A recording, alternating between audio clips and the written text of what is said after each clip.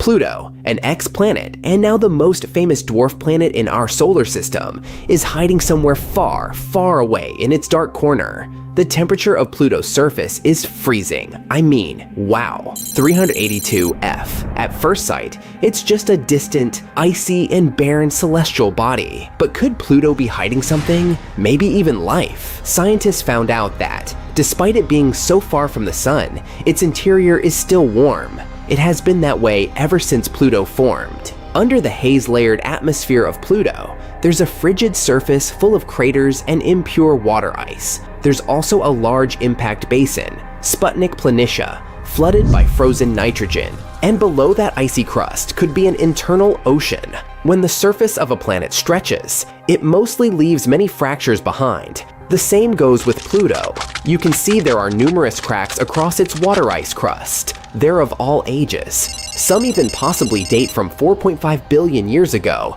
from the times when Pluto was still forming. The dwarf planet probably grew because it slowly accumulated small pieces of icy material. It condensed during the time when the outer region of our solar system was forming.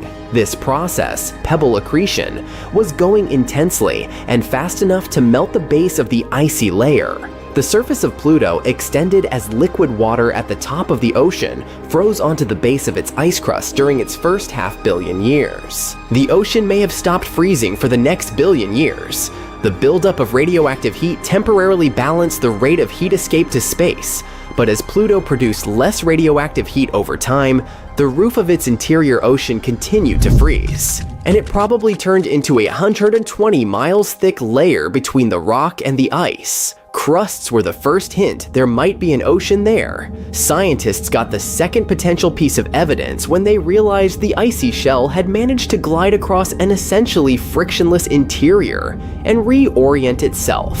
And it's not just about the ocean here. The cool thing is that wherever there's water, there could be life. A potential ocean under an icy crust is not something that possibly exists only on Pluto. Some icy moons of our solar system have it too, like Saturn's moons, Enceladus, Enceladus, and Titan, and Jupiter's Europa. Enceladus and Europa could both have salty, liquid oceans. Plus, they have similar water plumes erupting from their interior. These geysers tell us these moons have their own source of energy, probably because of radiation or gravity.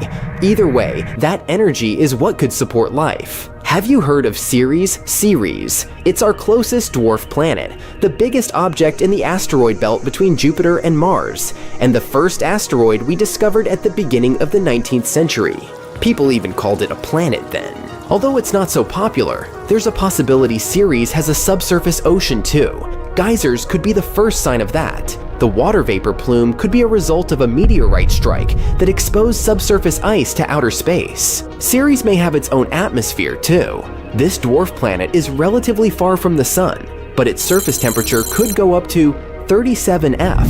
At these temperatures, if there was water ice at its surface, it would quickly change to gas, and this could create an atmosphere around this intriguing dwarf planet. Not just oceans. There are many volcanoes across our solar system too. Mercury, Venus, Mars, and Io, AJO, one of Jupiter's moons, have them. But apart from the Earth, Io is the only one that has more than 400 active volcanoes. 150 of them erupt at any given time. Scientists suspect there could be some volcanic activity on Venus and Jupiter's moon Europa too, but they can't check if that's true because Venus has an extremely thick atmosphere and Europa has a thick ice shell. And even though volcanoes in other spots are no longer active, we know they used to be because of specific landforms they left behind. Hills, valleys, plains, mountains, and especially lava channels. It's like when you're watering your plants on the front porch. You see water flowing down your sloped driveway along specific pathways.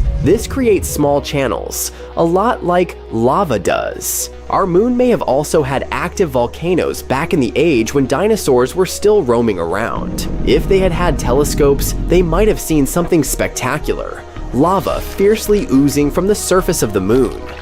Astronauts took images of Ina, an unusual volcanic deposit on the moon, and there are 70 similar patches in the volcanic plains they found on the side of the moon that faces our planet. Some of them are over 1 billion years old, but some could have formed less than 100 million years ago. And dinosaurs went extinct 66 million years ago. Speaking of dinosaur extinction, could Jupiter have been the main culprit for that? No one knows where this space rock, the Chicxulub impactor that hit our home planet 66 million years ago, came from, especially with such force. It left a crater off the coast of the Yucatan Peninsula in Mexico, and it probably caused earthquakes, tsunamis, and fierce volcanic eruptions that brought troubles not only to dinosaurs, but to nearly 3/4 of all animal and plant life on Earth. But some believe Jupiter was the one that flung the comet into the Earth. Gravity is a tricky force that can make the solar system act like a big pinball machine. Jupiter is our most massive planet, which means it has extremely strong gravity. It's like a guardian of our solar system that kicks many incoming comets away, sometimes bringing them pretty close to the sun. As they get there, these comets can experience extremely strong tidal forces that break them apart, and in the end, create long chunks of a comet. And one of these chunks probably went towards the Earth. Have you heard the story of Triton? Neptune has 13 moons, and Triton is the largest of them. It's the only giant moon in our solar system that has a retrograde orbit. It means it circles its parent planet in the opposite direction of its rotation. Scientists believe that's because Triton used to be in the Kuiper Belt, a disc-shaped area located in the outer solar system. I mean, past Neptune's orbit, and it's possible that Neptune's gravitational force pulled it out of that region millions of years ago. Pluto may have originated within the Kuiper Belt too. Pluto and Triton are almost the same. They have similar density, mass, and surface material: methane, carbon monoxide, nitrogen. Now, Triton is locked in synchronous rotation with its parent planet Neptune, far away from what we believe is its homeland. The most distant object we've discovered so far in our solar system is a mysterious planetoid called, wait for it, Farfarout. 1 astronomical unit, (AU), is the average distance between the Earth and the Sun, around 92 million miles. Well, Farfarout is 132 astronomical units from the Sun, 4 times farther away than Pluto. Since it's so far away, Farfarout needs about 1,000 years to finish a single circle around the Sun. Far out. Have you ever imagined what would happen if 2 gas giants collided? I mean, the chances are small, but if something like this happened, not much matter would be lost, although it depends on the angle and speed of impact. A head-on collision would make them completely merge and not lose any matter at all, whether we're talking about their gaseous envelopes or their solid cores. But at high speed, their 2 cores would merge, and both planets would lose most of their envelope gas. At very, very high speeds, bam, both are gone. If there was an oblique collision, 2 cores could completely avoid each other. Planets wouldn't merge, but a substantial fraction of their gases would vanish into space. And in a very oblique collision, like a sideswipe, planets would keep going like nothing happened. There's no evidence for that, but one theory even says Jupiter and Saturn, or at least one of them, might have formed by merging from smaller gas planets. Yep, it's all about gas.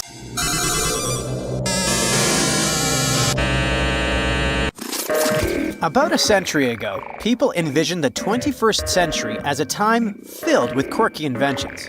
They weren't far off the mark. We're now one step closer to establishing an actual settlement on the moon. Before we can create a new home up, we need to find a way to stay connected, beyond just transportation and shipping. Being able to send a simple text, even something as casual as, "Hey, how are you?" is essential. We can't move to the moon if we're cut off from Earth. Let me spill some tea. A lunar 4G network is currently being developed. The company leading this initiative is none other than Nokia's Bell Labs. The company, bought by the world-famous Finnish company that started out as a paper mill in the 19th century and later ventured into the cell phone industry, creating iconic devices long before Apple launched its first phone. Once the network is completed, it will be loaded onto a lander, deployed, and connected using specialized radio equipment.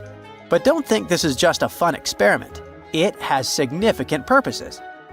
The Lunar Outpost rover, one of the vehicles involved in this mission, will thoroughly explore an area known as the Shackleton Connecting Ridge. Another rover, the Micronova, will investigate a lunar crater in search of ice. When they discover ice and capture images, this information will be first transmitted to the lander and then relayed to Earth, an unprecedented achievement in history. Moreover, the importance of a reliable phone connection cannot be overstated. Currently, astronauts communicate via radio. But NASA aims to establish a lunar communication system capable of supporting high-resolution video. Effective communication during space missions is as crucial as food and water, and with this new lunar 4G technology, video calls on the moon could soon become a reality. Plus, thanks to lunar 4G, we'll be able to track how the endangered species sent to the moon are doing. Oh, sorry, I completely forgot to mention something important. As more species edge closer to extinction today, scientists are collecting samples from animals, plants, and other organisms to store in biorepositories around the globe. Unfortunately, the conditions on Earth are far from ideal for these modern-day Noah's Arks. Hence, the decision to build 1 or 2 vaults on the moon makes perfect sense. On the moon, there's a permanently shadowed region at its south pole. It may seem like a fortunate coincidence, but some lunar craters may meet the criterion of temperature, -320 degrees Fahrenheit, which is precisely what we need for long-term self-storage. Initially, the plan was to construct the vault in lava tubes that run beneath the moon's surface, but that would have posed significant risks. This design requires a special solar-powered cooling system, and any accidental loss of power could be catastrophic, resulting in the destruction of all the samples. However, if we built it in a forever frozen shadowed area, the vault wouldn't need any energy or human maintenance. Bingo! It sounds almost too good to be true, and indeed there are several complications. For instance, dust is an omnipresent issue on the moon, infiltrating everything. If the storage requires seals, a dust mitigation system must be developed, which has not yet been created. So for now, it remains a theoretical concept rather than a practical solution. 40, 50 feet, why don't you turn around and let them get a view from there and... I know you want to learn about real things, not just concepts. Here's something real for you. The moon is full of human waste, carefully packed into bags. According to estimates, there are around 96 of these bags you'd probably prefer to never open. But you never know what exactly is hidden inside. It could be any product of the human body out there. So, if we ever make it to the moon and you accidentally stumble upon a mysterious bag, my advice is to resist the urge to open it. Instead, you can hand it over to scientists. They say they're eager to get their hands on them. Humans are incredible, in a rather unfortunate way. We haven't even established a proper settlement on the moon yet, but there's already around 200 tons of junk scattered about. It piles up there as if it were a teenager's room rather than a celestial body. Alongside those rather unappealing human waste bags, you'll also find cameras, drills, towels, brushes, rakes, a multitude of other technical items, and surprisingly, a falcon's feather. I'll explain that in a moment. At the end of Apollo 15's final moonwalk, David Scott pulled out a falcon's feather and a hammer to demonstrate Galileo's theory that in the absence of air resistance, different objects fall at the same rate. Amidst all that junk, there's an actual piece of art, so we could say that the moon, if it doesn't have the very first art museum, at least boasts a small exhibition. The crew of Apollo 15 took a 3.5-inch tall aluminum figure to the moon. Created by a Belgian artist, it's called the Fallen Astronaut, and it was laid on its side with a plaque listing the names of astronauts and cosmonauts who contributed to exploration. But the list of odd objects on the moon doesn't end there. If you ever find yourself in need of cash, you can find it on the moon, since a stack of $2 bills was simply forgotten there. Yep, a lot of material has been collected since 1969.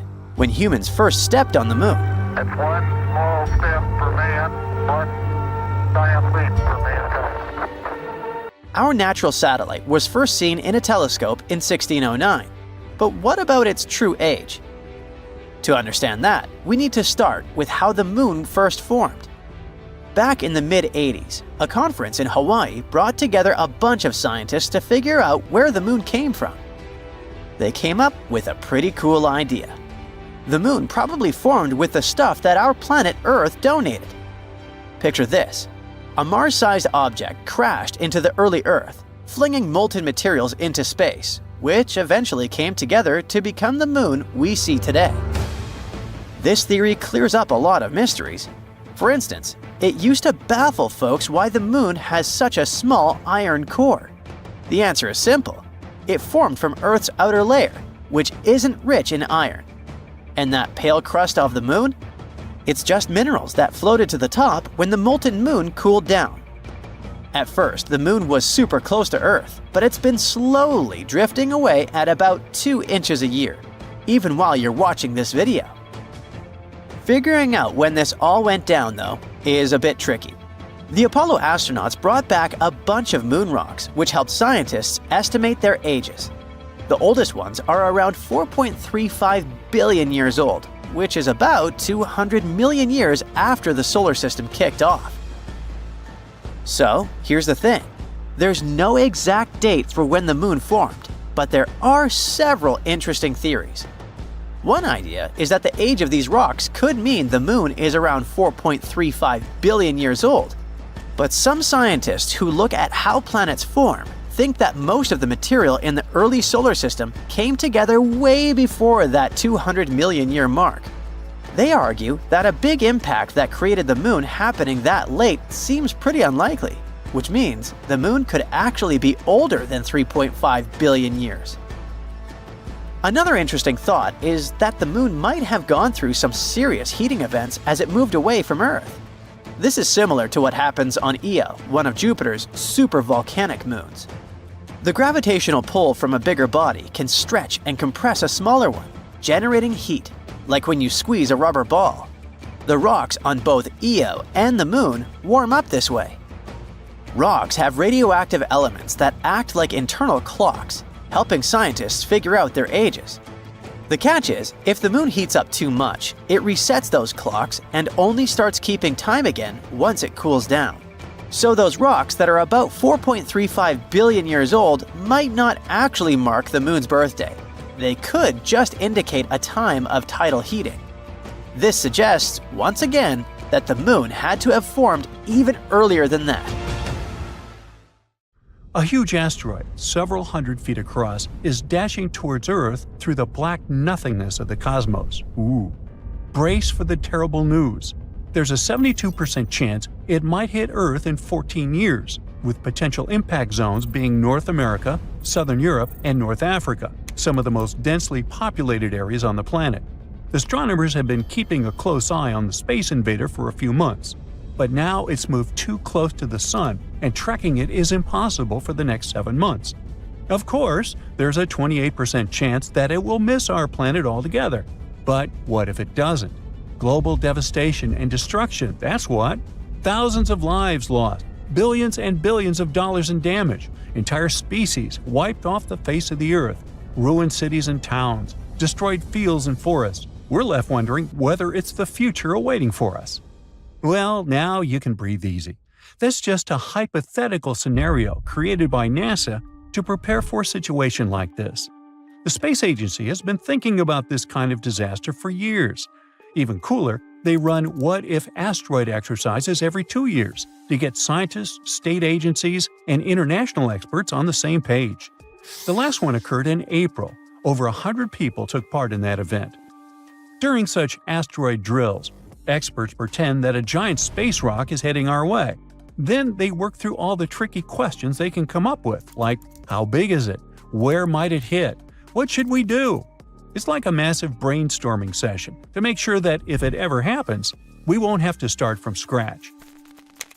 To make these scenarios feel as real as possible, NASA's Center for Near-Earth Object Studies gets involved.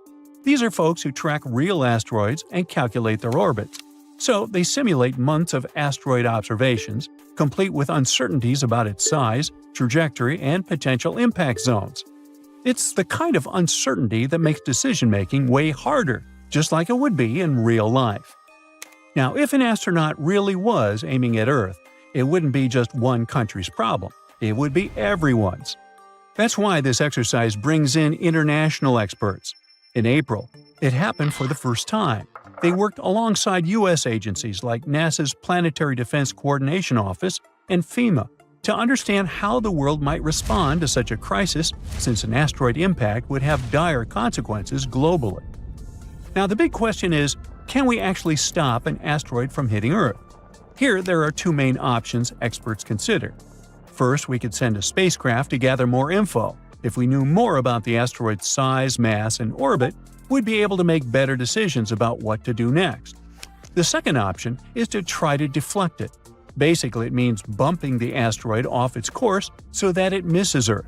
This might sound impossible, but NASA's DART mission has already proven that we can do it. 2 years ago, they crashed a spacecraft into a small asteroid called Dimorphos and successfully changed its orbit.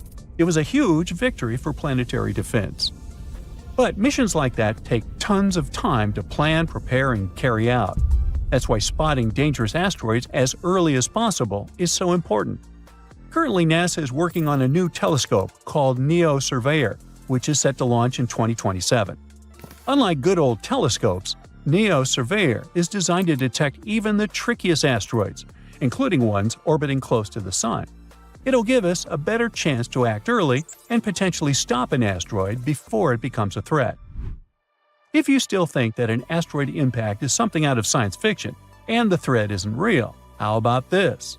Early on Sunday, January 21st, a small asteroid about 3 feet wide entered Earth's atmosphere and luckily burned up over Germany. NASA's Scout Impact System spotted it 95 minutes before it hit and predicted exactly when and where it would arrive. At 1:32 a.m. local time, the asteroid turned into a blazing bright fireball, visible as far away as the Czech Republic. Some small meteorites might have landed near the impact site, about 37 miles west of Berlin. This is just the 8th time ever that an asteroid has been detected before it hit Earth. It's a splendid example of how tools like Scout are helping us track asteroids and prepare for anything bigger that might come our way. Here's another example. A small asteroid turned the skies over northeastern Siberia into a breathtaking light show on December the 4th, burning up harmlessly in Earth's atmosphere. The space rock, about 28 inches across, was spotted just hours before it hit. Thanks to observations from astronomers around the world, a special alert system managed to predict the impact to plus or minus 10 seconds. The asteroid entered Earth's atmosphere at 1:15 a.m. local time. The authorities were put on alert, but there was no damage reports. NASA's Asteroid Terrestrial Impact Last Alert System, or ATLAS, spotted the rock 12 hours before it entered the atmosphere. This makes it the 4th imminent impactor, which is an asteroid discovered within hours of its expected impact, detected this year, and the 11th overall. Now, China also has big plans for planetary defense. They're working on their first mission to hit an asteroid, and it's got a double purpose. One spacecraft will crash into the asteroid, and the other will hang back to study the whole thing for up to a year. In other words, it's not just about protecting Earth, it's also a way to learn more about the solar system. The target is an asteroid called 2015 XF261, which is a mouthful, and also about 100 feet wide. It flew by Earth recently on July 9th, passing us at 31 million miles. True, it's pretty far away, but the space traveler was zooming by at a speed of 26,000 miles per hour, 30 times faster than the speed of sound. China is going to send a space probe to study the asteroid. They're hoping to learn more about its structure and composition, which could help us with future planetary defense missions. Then they plan to hit the asteroid with another spacecraft to test the impact, and the first space probe will stay there to observe the remains for up to a year. Timing is critical for this mission, and the asteroid offers some good opportunities in the next few years. Thus, in March and May of 2027, the asteroid will pass within 20 million miles of Earth. In April 2028, it'll get even closer. By that I mean 13 million miles away. A year later, in April 2029, the asteroid will end up just 4.2 million miles away, making it the best shot for a mission. Another decent chance will be April 2030. That's when the asteroid will pass our planet at 4.4 million miles. To give you some context, NASA's DART mission once targeted an asteroid 7 million miles away, and the trip took 10 months. So China's planners have to pick the right moment, depending on how long their spacecraft will need to get there. The mission is expected to start around 2027. At the same time, this won't be China's first attempt to target an asteroid. Back in 2023, they were planning a planetary defense test with a different asteroid, which is also about 100 feet wide. It's not clear why they switched to the current one, probably because the timing works better. Most asteroids are basically time capsules from 4.6 billion years ago, leftovers from when the solar system was just forming. Studying them could tell us a lot about how planets, including Earth, came to be. So, China's taking on something that combines planetary defense and pure space science. They're definitely making big moves in the space exploration game. Imagine an asteroid so full of valuable metals that it could make every person on Earth a billionaire. Well, that's not science fiction. It's 16 Psyche, a massive metallic space rock orbiting the Sun between Mars and Jupiter. It isn't just extraordinary because of its value, estimated at $10 quintillion. That's a figure that dwarfs the global economy many times over. It also has clues about the formation of planets, especially the rocky worlds like Earth. In October 2023, NASA launched the Psyche spacecraft. This mission is to explore the cosmic treasure trove. It's supposed to arrive at the asteroid in August 2029, and astronomers hope that it will give us some insights, not just about the asteroid's glittering wealth, but also about how planets form and evolve in our solar system. But what exactly makes Psyche unique? First discovered in 1852 by an Italian astronomer, it was the 16th asteroid people identified, hence its name. It stands out among the millions of space rocks in the asteroid belt for one main reason: its metallic composition. While most asteroids are rocky or icy, Psyche seems to be made primarily of iron, nickel, and possibly even gold and other rare metals. At about 173 miles wide, it isn't the largest asteroid. It's easily dwarfed by others like Ceres. But its size is still impressive. After all, its surface area is 64,000 square miles, like that of the state of Florida. Astronomers think that between 30 and 60% of the asteroid's surface might consist of precious metals. They also think that this space rock might be the exposed core of a planetesimal. A planetesimal is basically a protoplanet, a large space body in orbit around a star, developing into a planet. And this planetesimal could have grown into a full-fledged planet if it hadn't been destroyed in some catastrophic collision billions of years ago. If this theory is correct, Psyche can give us a unique glimpse into what lies deep within terrestrial planets like Earth, where planetary cores are hidden thousands of miles beneath thick crusts and mantles. Now, remember that spacecraft that went to explore the asteroid? After embarking on its ambitious mission, the Psyche Probe will travel a mind-boggling 2.2 billion miles to reach its goal. This journey will take nearly 6 years. On its way to the asteroid, the spacecraft will pass by Mars in May 2026 and use the red planet's gravity to slingshot itself deeper into space. This maneuver is called a gravity assist, and it will boost the velocity of the probe and refine its trajectory toward the asteroid. By the time it reaches its goal in August 2029, the spacecraft will be set to orbit the asteroid for at least 26 months. During this time, it will analyze its surface, figure out its composition, and attempt to unravel its history. The probe is equipped with some pretty cool tools. One of them is called a multispectral imager. This instrument will snap high-resolution images of the asteroid's surface. It's supposed to help astronomers to study its texture and composition. Then, the probe has a gamma-ray and neutron spectrometer. This instrument will measure the asteroid's chemical elements, including its metal content. A magnetometer will detect a magnetic field, if any, which could confirm Psyche's origin as a planetary core.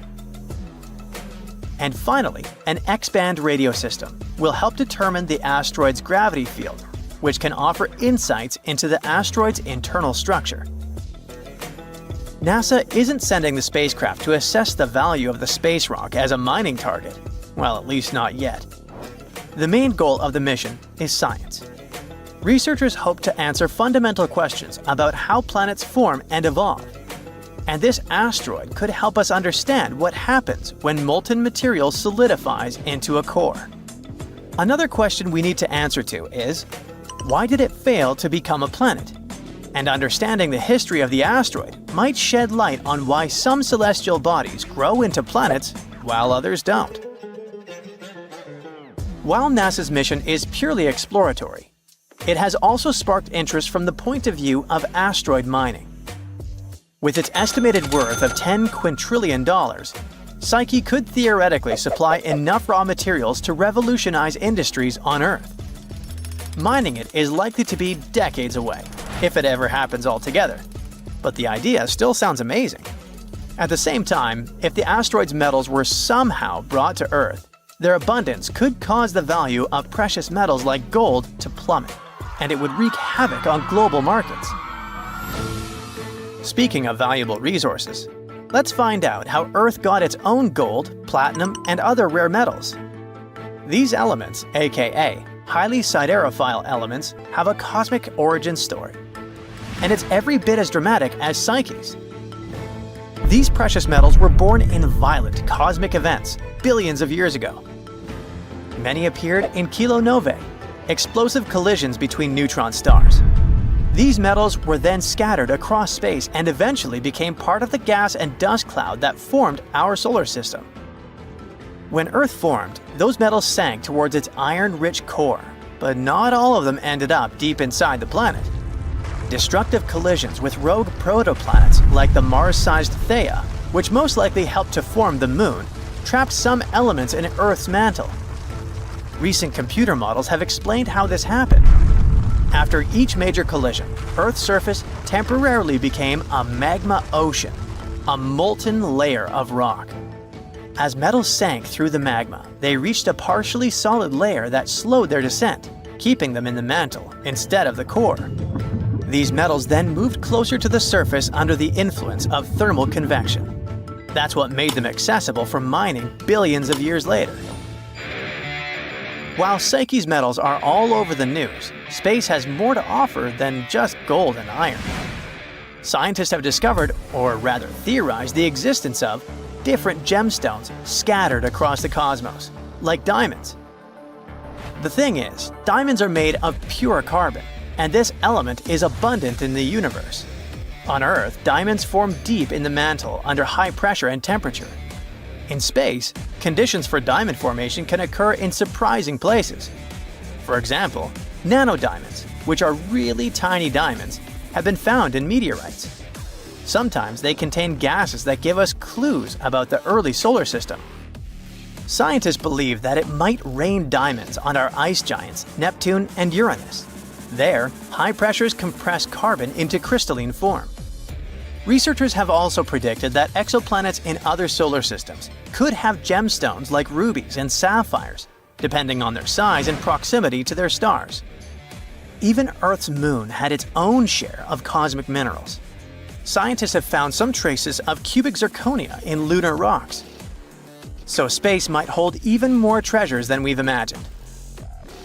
But let's get back to the Psyche mission.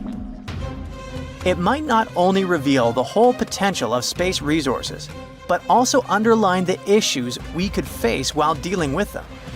For example, mining an asteroid would require the usage of autonomous robots, machines capable of operating in harsh space environments. Plus, we would need efficient transport systems to bring materials back to Earth or process them in orbit. We would need to make sure that mining activities wouldn't damage ecosystems or space environments.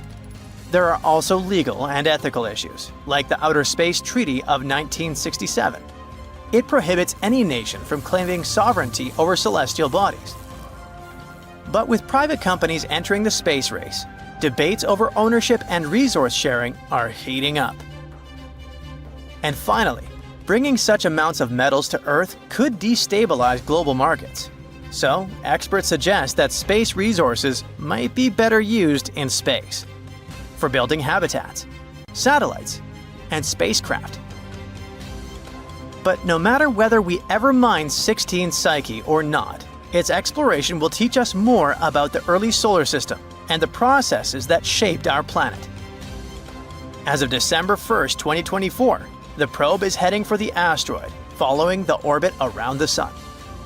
Its journey promises not only to deepen our knowledge of the universe, but also to redefine what's possible for humanity as we reach for the stars. Scientists think there might be a huge onion chilling somewhere out there in space. Not an actual one, but it's something even crazier. These are stars stacked inside each other, layer upon layer. These fascinating objects, called Gravars, could even be cousins of black holes. But most importantly, they might hold the key to understanding some of the most mysterious puzzles in the universe, dark energy, and even other dimensions. Let's start with gravity. Over a century ago, Albert Einstein helped us understand how gravity works. Turns out, it's not just something that pulls things on Earth and makes apples fall on Newton's head. It's much wilder. It's about warping the very fabric of existence itself. Let's say you toss a heavy ball, like a bowling ball, onto the middle of your bed. What happens to the sheets? They dip, don't they? They stretch and sag around the ball. Now, if you roll a smaller ball, like a marble, across the bed, it doesn't move in a straight line anymore. Instead, it starts circling the heavy ball, rolling closer and closer as if the heavy ball is pulling it in. That's gravity. But instead of bed sheets, we're talking about the fabric of space and time itself, or space-time for short. Heavy objects like planets and stars make dents in space-time, and moons, planets, or even light move along these dents. Gravity is the curve that tells them where to go. In that case, you can guess that black holes are like the ultimate heavy balls. The heaviest, in fact. The gravity is so strong, it shrinks them, making them smaller and smaller. So tiny, they could fit in the palm of your hand, but with the mass of several suns. Some of them are like holding over 40 billion solar masses in your palm. It's ridiculous, but they basically create a bottomless pit in space-time with insane gravity. This area around them, called the event horizon, is the most horrifying thing ever. It's a point of no return. Once something gets there, it can never escape being eaten. When something falls past the event horizon, it can't climb back out, not even light. Which is why they seem like, well, black holes. But Gravars, they're something much weirder. Just like black holes, they're probably very compact. But instead of being tiny pits of endless gravity, they might have something wild at their core: dark energy. This is one of the universe's biggest mysteries. Dark energy, this invisible, mysterious something that seems to be pushing the universe apart faster and faster. It's like a polar opposite of gravity. While gravity tries to pull things together to slow down the expansion of the universe, dark energy is trying its hardest to make our world even bigger. Luckily, dark energy has been winning so far. Otherwise, we'd all be in some deep pit. But if we can explain the gravity with balls, then what exactly is dark energy? A force, an energy field. Something else? We have no idea. Scientists have seen its effects. They know that it's incredibly spread out everywhere, but they can't tell you what that thing even is. But if it's trapped inside of Gravars, maybe we'll finally discover the truth. This name stands for gravitational condensate stars. Gravars were dreamed up by two physics professors, Paul Mazur and Emil Matola, in 2006. They tried to think, what else besides black holes could happen when a massive star collapses on itself. That's how they created this alternative. Think of it this way.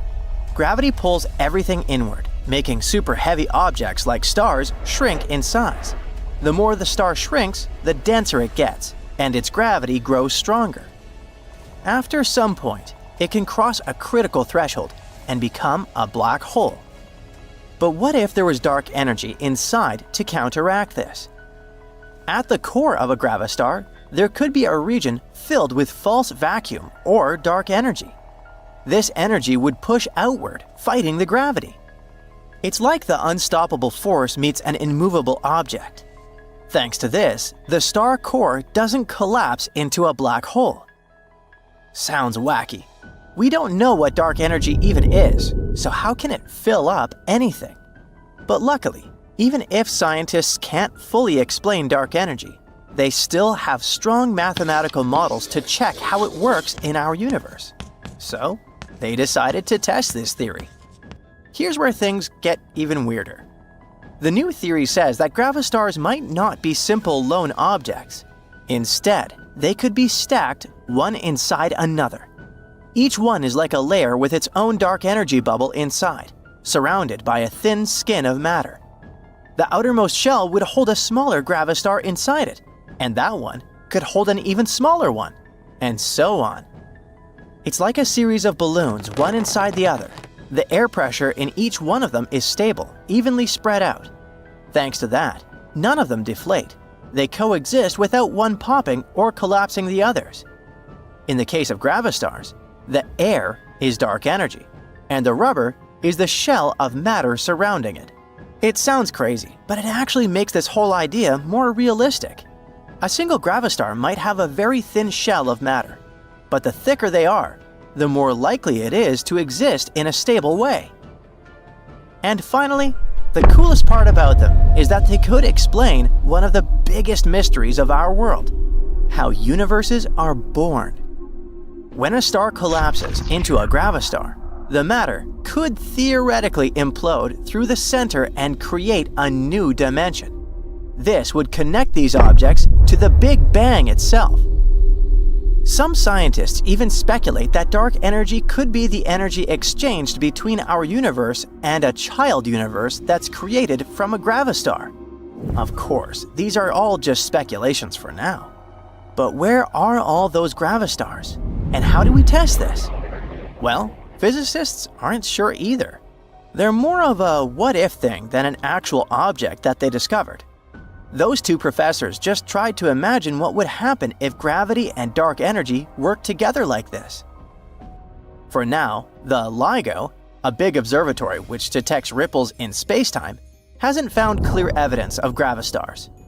Another problem is that gravastars would only be stable in specific cases. For example, if they spin too fast or their shell will be too thick, they might start to wobble or break apart eventually, though it could actually take billions of years. Plus, even if we don't see them right now, remember that this is exactly what happened to the black holes themselves. When Einstein published his groundbreaking theory of general relativity, another scientist, Carl Schwarzschild, took his equations and found a solution to them. And that's when he realized, if gravity becomes incredibly strong, the light wouldn't be able to escape, and this could create a sort of hole in space. Einstein even thought that this sounds too weird to be true. It took many years for us to confirm black holes' existence, and we finally took a photo of one just a couple of years ago. You might remember that blurry picture that blew up online? It was Sagittarius A star, an incredible supermassive black hole in the center of our galaxy, Milky Way. So that's why scientists approach gravastars so seriously. And since all the math checked out, which means that these objects are actually possible in real life. Now, we just need to see if they're somewhere out there. What's interesting is that they'd probably look like regular black holes. They could emit high-energy radiation as they consume matter. They might even produce something called Hawking radiation, a type of energy that escapes from black holes. In other words, it would be nearly impossible to tell the difference. But gravastars have a small trick up their sleeve. If their shell is transparent to light, they might bend light in a slightly different way than black holes do. So maybe if they check the way light is bent around the mysterious object, they could spot the difference. And even if it turns out that gravastars don't exist in our reality, they're still valuable to science. They still taught us more about gravity, black holes, and the limits of relativity. Now see here, astronomers have recently discovered a neutron star, also known as a dead star, spinning at an extraordinary speed of 716 times per second. It makes it one of the fastest spinning stars we've ever found in the universe. And it's not just about its speed. The surface of this neutron star is erupting with super powerful explosions almost non-stop. But before we dig deeper into the mystery of this neutron star, let's figure out what these stars really are. They form from the remnants of massive stars that are at least 8 times the mass of the Sun. When such stars exhaust their nuclear fuel, they can no longer counteract the force of gravity pulling their matter inward. This leads to the collapse of their cores, triggering a massive supernova explosion that blows away the outer layers of the star. What's left behind is an ultra-dense core. That's a neutron star. These stellar remnants are incredibly small, typically just 12 miles wide. At the same time, they pack in more mass than the Sun. The density of neutron stars is also overwhelming. Imagine taking the mass of 2 suns and squeezing it into a sphere about the size of a city. A single teaspoon of neutron star material would weigh around 10 million tons. That's the same as the combined weight of 85,000 blue whales. Such an extraordinary density is what gives neutron stars their immensely powerful gravitational fields. When matter falls onto a neutron star, it accelerates to speeds of millions of miles per hour before slamming into the surface. The energy release from such impacts is truly astonishing. Now, despite its name, inside a neutron star, there are not only neutrons. A few protons survive down there too. Now, normally, protons repel each other since they have the same positive charge. But in a neutron star, that crushing gravity forces them so close together that the strong nuclear force takes over. It pulls them toward the neutrons like they're all part of the same team. Inside the star, things get stranger the deeper you go. Near the surface, neutrons clump into blobs, kind of like a neutron gnocchi. A bit further down, these blobs link together into long chains, forming what scientists call the spaghetti layer. I'm getting hungry. At even greater pressures, the spaghetti chains fuse side by side, creating flat sheets. Think neutron lasagna. Keep going any deeper, and the lasagna eventually breaks down into a uniform mass. But even then, the structure isn't smooth. There are gaps, long tube-shaped voids that look a lot like penny pasta. So inside a neutron star, you've got layers of gnocchi, spaghetti, lasagna, and penny pasta. And each of them represents the mind-bending results of physics under insane pressure. Okay, I'm definitely having Italian for lunch today. Now, the recently discovered neutron star is part of a binary system located in a dense star cluster. This cluster is situated near the center of the Milky Way galaxy, approximately 26,000 light-years from Earth, in the direction of the Sagittarius constellation. The record-breaking spin of the star is extraordinary. If we take a period of not a second, but a minute, it'll be over 42,000 revolutions per minute. At the same time, the newbie ties with another neutron star, which spins at the exact same speed. Such extreme rotation rates are rare and make these stars cosmic outliers in terms of behavior and properties. Oh wait, we can't but mention our neutron star's binary partner. It's a white dwarf, a dense remnant of a star similar in size to our Sun. This white dwarf is pretty fast too. It orbits the neutron star once every 11 minutes. This makes the couple a binary system, with the shortest orbital period ever observed. Imagine a stellar object zipping around its partner faster than the time it takes to prepare a cup of coffee. Yep, that's the kind of speed we're talking about here. This tight, rapid orbit shows how powerful gravitational forces are inside the system. So, you might be wondering what makes neutron stars spin so rapidly. It's something called the conservation of angular momentum. Let me explain. When a massive star collapses into a neutron star, it shrinks dramatically. Such a rapid compression gives an instant boost to its spin. It's like an ice skater spinning faster when they pull their arms inward. And the smaller the star gets, the faster it spins, which results in extreme rotation rates. In binary systems like this one, neutron stars can achieve even faster spin rates. Their trick is to steal matter from their companion stars. This process is called theft. No, accretion. The stolen matter carries that very angular momentum, which adds to the neutron star's rotation speed. The accreted material can also build up on the neutron star surface eventually. It triggers powerful thermonuclear explosions. They release immense amounts of energy, temporarily making the neutron star shine up to 100,000 times brighter than our Sun. It allows astronomers to study the intricate details of these extreme environments. NASA's X-ray instrument on board the International Space Station, officially called the Neutron Star Interior Composition Explorer and thankfully nicknamed NICER, observed 15 thermonuclear explosions on the surface of our neutron star between 2017 and 2021. One of those bursts displayed a unique pattern called thermonuclear burst oscillations. Those are highly asymmetric patches of brightness on the burning surface layers of accreting neutron stars. This pattern matched the spin rate of the neutron star and thus confirmed its extreme rotational speed. But wait, the best part is coming. While neutron stars are already extreme, there's another class of them that takes things to a whole new level – magnetars. Now, magnetars are neutron stars with unimaginably strong magnetic fields, up to 1,000 trillion times stronger than Earth's magnetic field. These fields set them apart from other neutron stars. They can distort atoms in nearby objects, making life impossible anywhere near them. As for the energy density of a magnetar's magnetic field, it's so high that it's 10,000 times greater than the mass density of lead. Magnetars also produce bursts of X-rays and gamma rays that are so powerful they can temporarily outshine entire galaxies. These bursts are often triggered by star quakes, violent shifts in the magnetar's crust caused by their own magnetic fields. For example, a gamma-ray burst from a magnetar in 2004 was so strong that it disrupted Earth's ionosphere. It hit Earth, and it was so intense that several satellites picked it up. The SWIFT satellite, built specifically to detect gamma-ray bursts from across the universe, didn't just detect the blast, it got hit with so much energy that its sensors got completely overloaded. And SWIFT wasn't even facing the burst. The energy was so strong it passed through the spacecraft and still overwhelmed its cameras. If a magnetar was located as close to Earth as the Moon, its magnetic field would erase all credit card data on the planet by wiping the magnetic stripes clean. Whoa, that's the level of power we're dealing with here. Magnetars are extremely active, but for a relatively short time.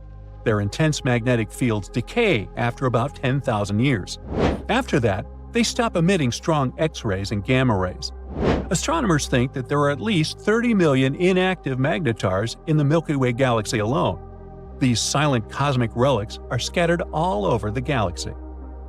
Neutron stars and magnetars serve as laboratories for extreme physics. They allow astronomers to have insights into the behavior of certain matter under conditions you can never replicate on Earth. The incredible density of these objects helps scientists figure out what happens when protons and electrons get compressed together to form neutrons. This creates states of matter that don't exist anywhere else in the universe.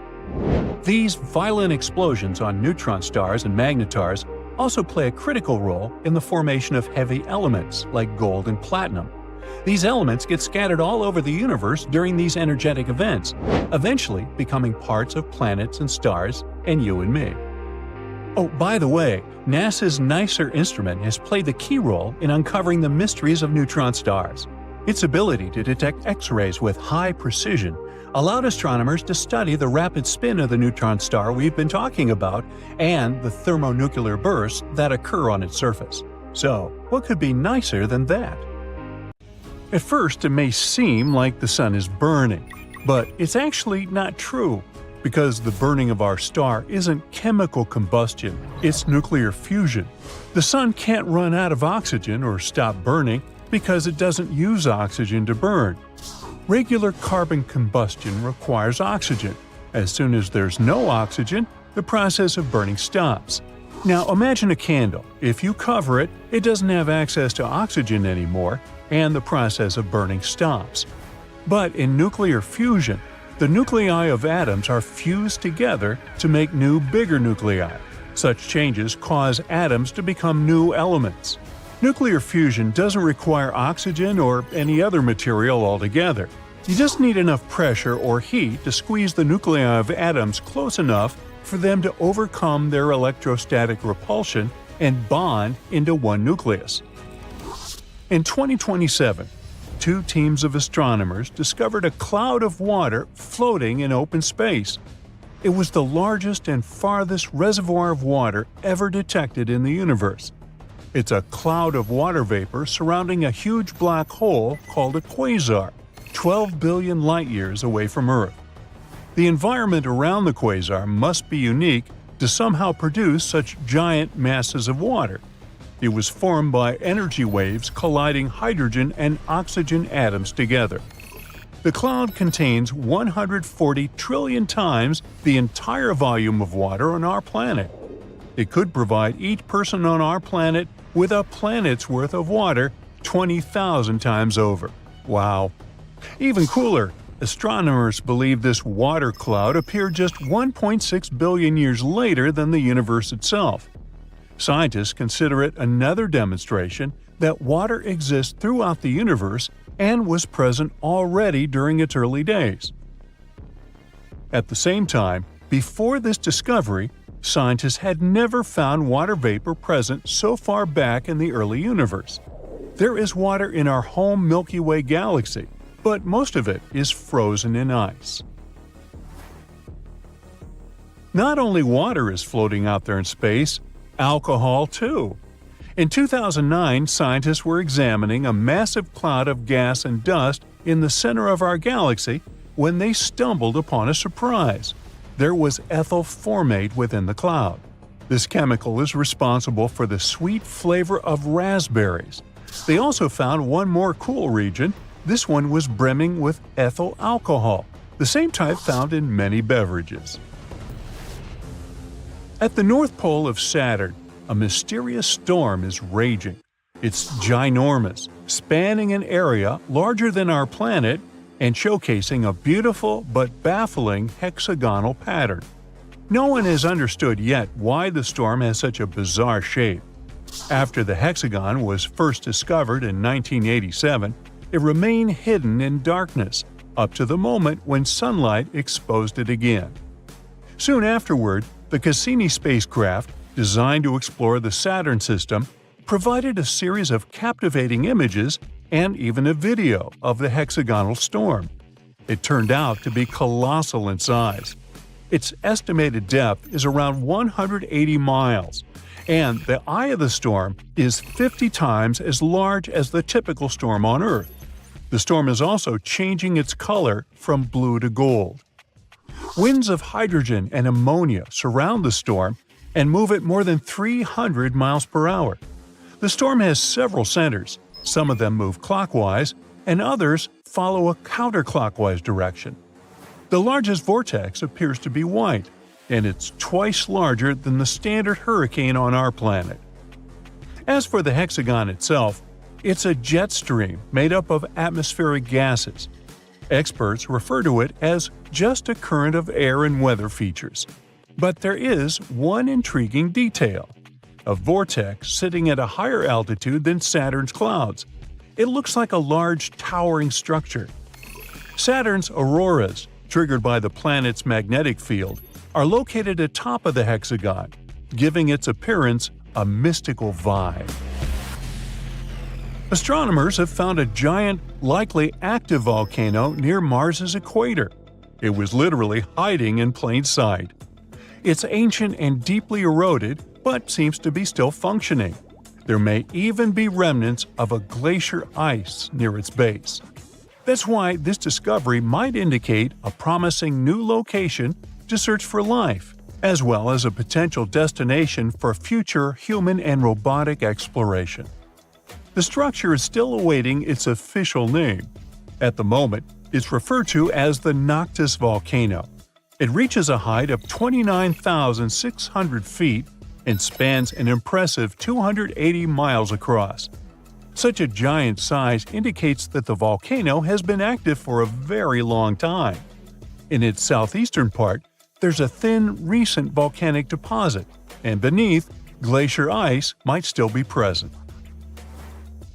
At a distance of 700 million light-years away from Earth, there's a gaping hole, a blank void with no galaxies, stars, planets, or asteroids, literally nothing. The void is a roughly spherical region about 330 million light-years across. Our home Milky Way galaxy could fit there billions of times over. That's the mysterious Bootes Void. It lies in the constellation of Bootes, the herdsman driving the plow around the North Pole. At first, this void had the name of the Great Nothing, but later it was given its current name. Now, we know that galaxies look like a giant web. Most of them are parts of long structures called filaments. Those wind through the cosmos, and when they meet, they form regions with a high concentration of galaxies. These regions are what we know as galaxy clusters, but between these clusters and threads, there are enormous empty voids that hardly contain any galaxies. Such voids actually make up almost 80% of the observable universe, and most of them are huge, from 30 to 300 million light-years wide. The Bootes Void is one of the most massive ones. It has even earned the title of supervoid. Astronomers think it might be the result of a few smaller voids merging together. There is a diamond planet out there that orbits a star in the constellation of Cancer, completing one full rotation in a mere 18 Earth hours. The planet's scientific name is 55 Cancri e. The radius of this faraway world is twice as large as Earth's, and its mass is 8 times greater. The planet is scorching hot, the temperatures on the day side reaching almost 5,000 degrees Fahrenheit. But the coolest thing about 55 Cancri e is that, according to some specialists, at least a third of the planet's mass could be diamond.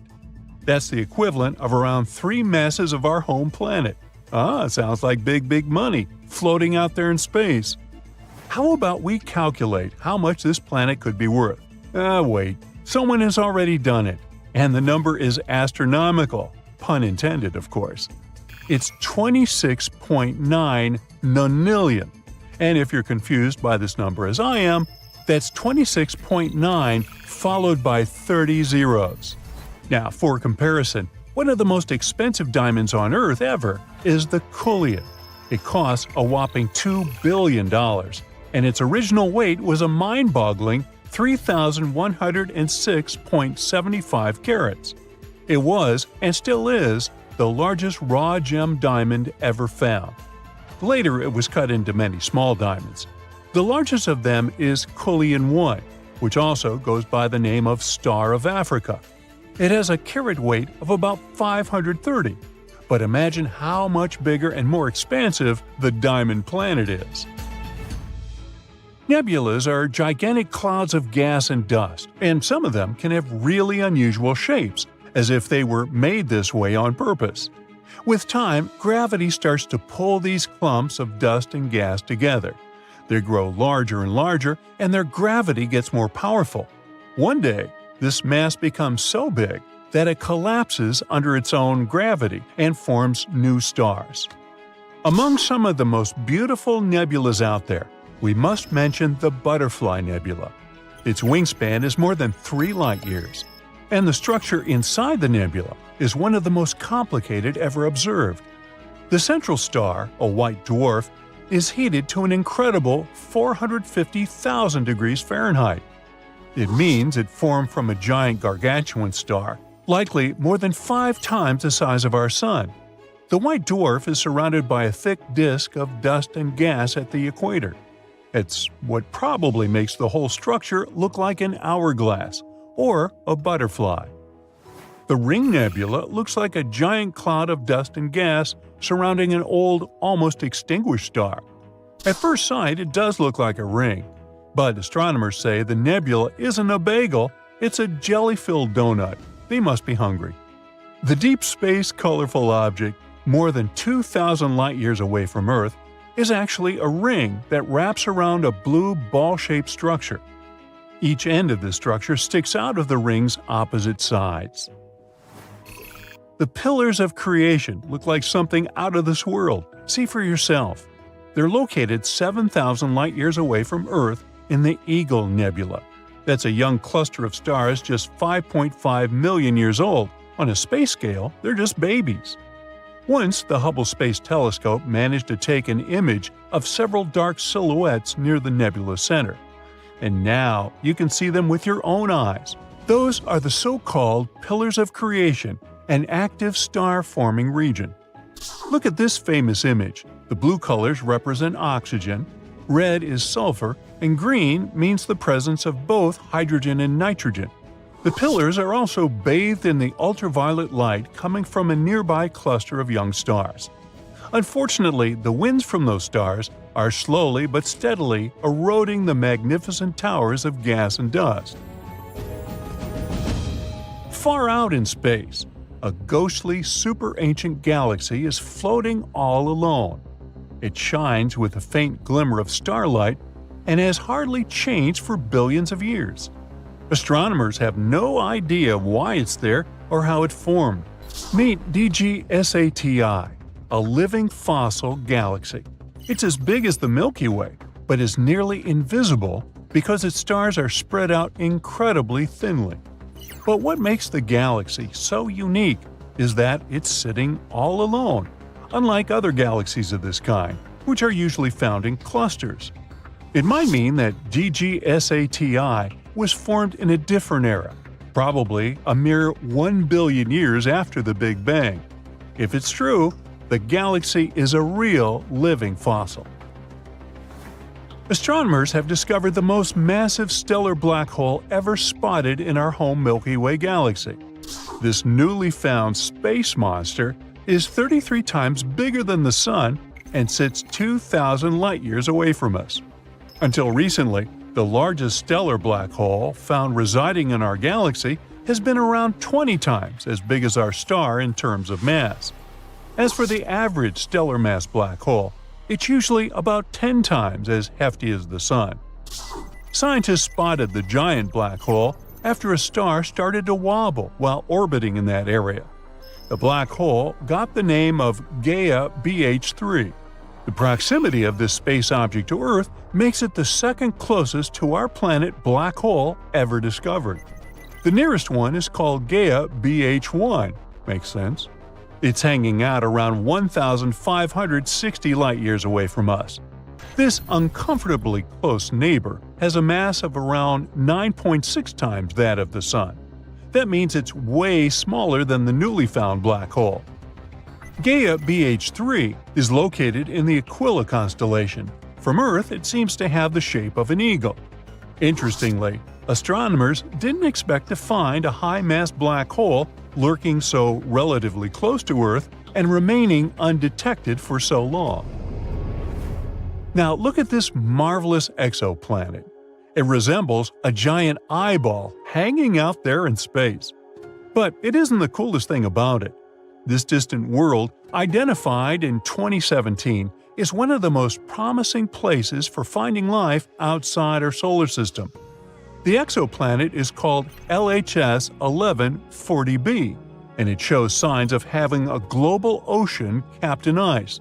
It's that very iris, a huge region around 2,500 miles across, which is constantly gazing at its host star. The planet has a radius of about 1.73 times the radius of Earth, and is 5.6 times as massive as our home planet. The giant eyeball planet orbits much more closely to its star than Earth does. It needs just around 25 days to complete an entire orbit. If the star were similar to our Sun, such a distance would definitely be too close for life to appear on the planet. But instead, it's a cool and dim red dwarf. That's why the exoplanet lies in the habitable zone of its star, where it's not so cold that all surface water would freeze, and not so close that this water would steam away. At the moment, LHS 1140b looks like the most promising candidate for hosting life in our planetary neighborhood. Solar flares are extremely powerful bursts of electromagnetic radiation that can last from minutes to hours. They occur when there's some magnetic disturbance in the sun. Then, magnetic field lines in the atmosphere of our star get tangled and snap. This releases giant amounts of excess energy, including ultraviolet radiation and intense X-rays. These twisted lines appear in sunspots. Those are darker and cooler regions on the surface of the sun. They form when magnetic fields that used to hide deep within our star rise up to the surface.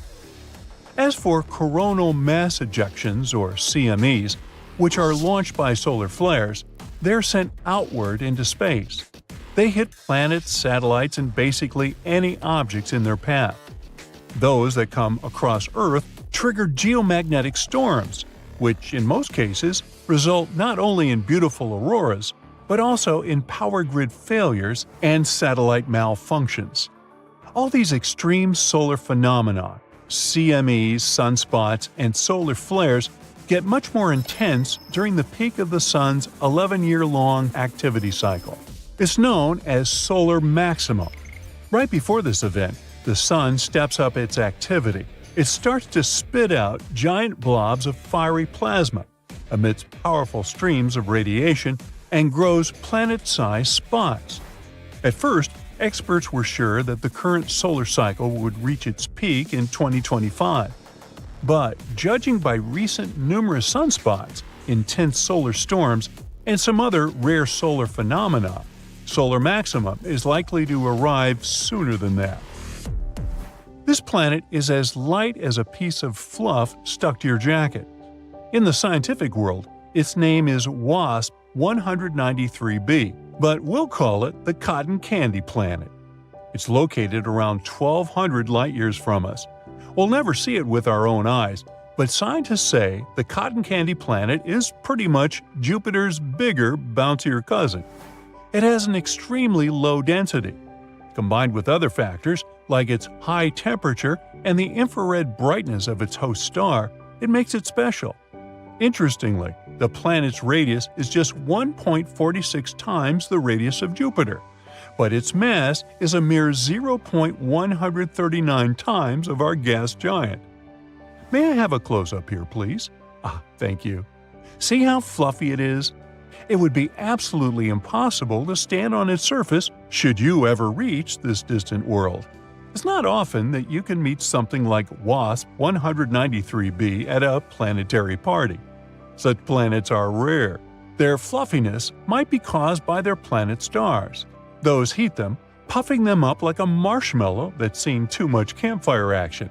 The planet's super low density makes it a real anomaly among those 5,000-plus exoplanets we have already discovered. Usually, when we look at the photos of astronauts in space, we can see that they're sort of attached to the spacecraft. But there was one brave astronaut who took a wild step into the great unknown without any safety line connecting him to the shuttle. This brave man was Bruce McCandless, and he did that stunt back in 1984. How did he come back, you may ask? He did this cool trick using a nitrogen jetpack, which NASA called the Manned Maneuvering Unit. At first, he tried out some test maneuvers in the Challenger's payload bay, and only after he made sure it was alright did McCandless decide to go for it and glide a staggering 320 feet away from the shuttle. A bit of sad stats here. Out of the 430 people who have made the leap into space, 18 have sadly lost their lives, which gives us a fatality rate of just over 4%. With these numbers, it's safe to say that space shuttles are the least safe means of transport out there. Duh. Alright, let's make it a tad brighter. If we crunch the numbers a bit better, we can get a smaller percentage. But how? Well, 4% is a bit misleading because when we count, we take all the space flights. However, some people flew several times, which reduced the probability. With over 600 seats filled across 113 shuttle flights, The true fatality rate for shuttle missions is actually closer to 2%. Let's test your general knowledge now, shall we? So, what was the first living thing ever sent to space? If your answer is a monkey, you aren't right. Those who said dogs, sorry you guys, but it's not correct either. On the 9th of July, 1946, fruit flies became the first living creatures to make it to space during a suborbital V-2 rocket flight. Then, on the 20th of February, 1947, these little guys safely returned from their journey, opening the door for future human space exploration. Before, we sent to space mammals like the rhesus monkey, Albert II, in 1949, or the famous space dogs. Scientists spent a lot of time studying fruit flies to see how they reacted to radiation and the conditions of space travel. Researchers started using fruit flies for experiments back in the 1910s. Guess why? Because we humans share a lot of genes with these yucky pests. Imagine hearing some creepy music all of a sudden, when there's nothing but darkness around you and nobody is there to help you.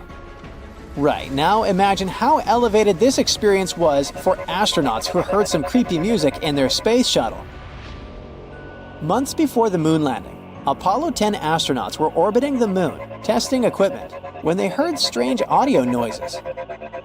Astronaut Eugene Cernan noted the eerie sounds, joking they were like weird music. At that moment, the astronauts didn't have contact with mission control. They were over the moon's dark side. Although the noises resembled something from a sci-fi film, NASA downplayed them as they were focused on the astronauts' mental health. Despite years of speculation, the source of the sounds remains unknown, with theories ranging from radio interference to charged particle activity. Cernan later remarked that they didn't take it seriously and didn't report it after the mission. Chances are, we've already received messages from new friends from other galaxies, but we just failed to understand them. In August 1977, some astronomers using the Big Ear radio telescope at Ohio University picked up a strange narrow-band radio signal from the constellation Sagittarius that lasted for 72 seconds. The signal buzzed at a frequency of 1,420 megahertz, which is significant because it matches the natural emissions from hydrogen. This frequency had been flagged by scientists almost 2 decades earlier as a likely choice for extraterrestrial civilizations trying to reach out to us. They dubbed it the WOW signal after one of the astronomers wrote "WOW" on their printout. We've never heard that signal again, and no one has been able to explain its origins satisfactorily. After spending about a month in space, astronauts start losing quite a lot of skin from the bottoms of their feet, especially those tough calluses they've built up over time. One astronaut even called mission control in a bit of a panic when he noticed a chunk of his heel drifting off in zero gravity. But no worries, as the old calluses peel away, new ones spring up from the tops of their feet. They need that grip to hold on to all the restraints, kind of like airborne trapeze artists. Going number 1 and seeing blood is as scary as it sounds, and yes, in the weightlessness of space, blood doesn't settle in the lower body in the same way it does on Earth. This can lead to some alarming situations on board. Natural urges are universal, regardless of location. There are 2 main reasons why astronauts are unable to use traditional toilets in space. First, water is an extremely valuable resource aboard a spacecraft. Second, there's no gravitational flow of water in space. The drinkable water on a space station is contained in pouches and is used accordingly. In a weightless environment, a specialized device with suction and disposable bags is used for waste collection, with the storage being replaced every 10 days. Additionally, spacecraft are equipped with complex systems designed to recycle and filter liquid waste, converting it back into usable water for the astronauts' daily needs. As if that wasn't enough, spending an extended period floating around in space brings another challenge. The body may lose its bursa sacs, those handy little cushions that sit between our hip joints. While this may not pose an immediate issue in the zero-gravity environment, returning to solid ground can turn the simple act of sitting down, whether in a chair or on a toilet, into a real struggle. The fluid shifts that contribute to blood-related issues don't stop there. They can also wreak havoc on astronauts' sinuses, creating a constant feeling of congestion. It feels like living in a stuffy room all the time, where relief seems just out of reach. Thus, the challenges of long-term space travel add up, making the experience as daunting as it is thrilling. Another challenge astronauts run into is vision loss, also known as ocular syndrome, which sounds all sciencey. While the exact cause is still a bit of a mystery, it's thought that extra pressure on the brain can mess with both the retinas and optic nerves. And here's a fun fact: it mostly affects guys. By the way, you might assume that shutting your eyes in space means it's pitch black, but that's not the case. Because of high levels of radiation, astronauts can still see bright lights when they zip through certain parts of their orbit. It's a pretty strange phenomenon that keeps them on their toes, even with their eyes closed. Switching gears, let's talk about bone health in space. It turns out that being weightless can really take a toll on astronauts' bones. Like, they can lose up to 2% of their bone mass every month, which is pretty wild. But the good news? They've come up with new exercise routines that help fight off that bone loss. So, while space travel definitely has its challenges, researchers are working hard to keep astronauts in tip-top shape as they explore the universe. The Big Crunch is a cool theory about how the universe might end, and it's basically the opposite of the Big Bang. So, imagine the universe expanding for ages, but then it hits the brakes and starts collapsing in on itself, maybe even forming a huge black hole. Scientists are looking into this by checking out the universe's density. If it's too dense, such a collapse might really happen. At first, people thought that gravity would eventually take over and stop the expansion from the Big Bang. But then we found this mysterious thing called dark energy, which is actually speeding up the universe's expansion. Because of that, it seems like the Big Crunch is pretty unlikely. Right now, the evidence shows that dark energy is here to stay, so the universe will just keep on expanding forever. In April 2023, astronomers found something exciting: a runaway black hole. This thing is moving through the universe at an incredible speed, about 3.5 million miles per hour. It's 4.5 thousand times faster than the speed of sound. They found it accidentally. Researchers noticed that there was some weird straight line in Hubble images. After some digging, they realized there was a moving black hole. As it moves, it compresses the gas on its path, literally creating new stars along its journey. So it's leaving a beautiful, long trail of stars behind it. And when I say long, I mean it. Its tail is 200,000 light-years long, which is like the length of 2 Milky Ways. Turns out, one end of this star trail connects to a distant small galaxy. This is probably where the black hole came from. Most likely there were 2 supermassive black holes whirling around each other. And then another galaxy came along with its own supermassive black hole and ejected one of the original ones like a mean kid, which is why it's called Runaway. There might be a 9th planet with the very original name, Planet 9, in our solar system. If it exists, it's probably somewhere far beyond Pluto. Astronomers think so because some rocky objects near Neptune move in a weird way, as if they were influenced by the gravity of a large, unseen planet. Planet 9 might be a gas or ice giant, 7 times the mass of Earth. One of the ideas is that it could have existed in our solar system, but then bumped into something huge and ended up with a crazy long orbit around our sun. If we actually discover it, it could change our understanding of the solar system. A new telescope is coming soon, equipped with the largest digital camera ever built, and it will start scanning the sky in 2025. Maybe it will finally spot this mysterious planet.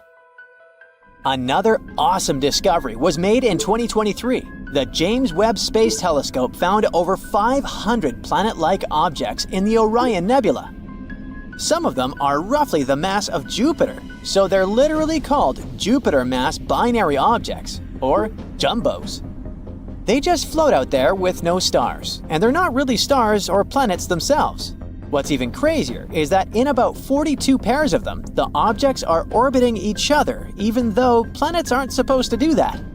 On top of that, such large objects shouldn't form and exist without a star at all. So now, astronomers are trying to explain this. Perhaps jumbos have formed in places where there was enough stuff for big planet-like objects, but not enough for stars?